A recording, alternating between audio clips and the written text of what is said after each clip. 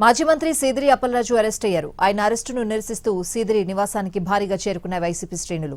సీదిరి అప్పలరాజు ఇంటి దగ్గర ఉద్రిక్తత ఏర్పడింది. అంతకుముందే అప్పలరాజు ఇంటిని చుట్టుముట్టారు పోలీసులు. సీదిరి ఆరవర్మ హిట్ అండ్ రన్ కేసులో A3గా ఉన్నారు సీదిరి అప్పలరాజు. కొడుకును కేసు నుంచి తప్పించే ప్రయత్నం చేశారని సీదిరిపై కేసు నమోదైంది. సీదిరి అప్పలరాజు ముందస్తు బెయిల్ పిటిషన్పై విచారణ రేపటికి వాయిదా వేసింది కోర్టు. బెయిల్ పిటిషన్పై విచారణ వాయిదా వేయడంతో సీదిరి అప్పలరాజు అరెస్ట్ అయ్యారు.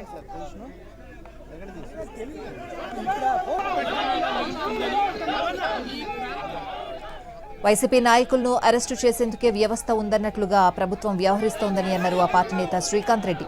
రాజకీయ కక్షతోనే సీదిరి అప్పలరాజును అరెస్ట్ చేశారని మండిపడ్డారు.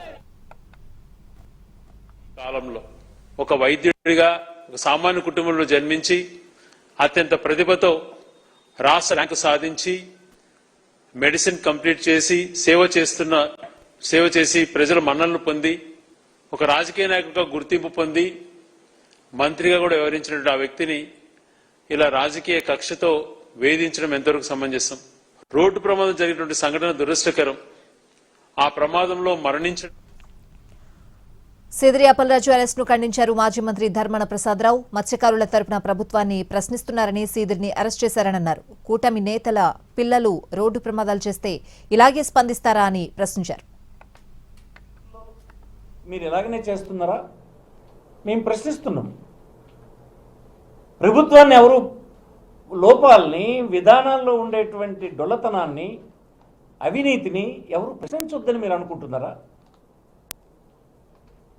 ప్రశ్నించినటువంటి వారందరినీ జైల్లో పెడతారా? Chief minister Kumar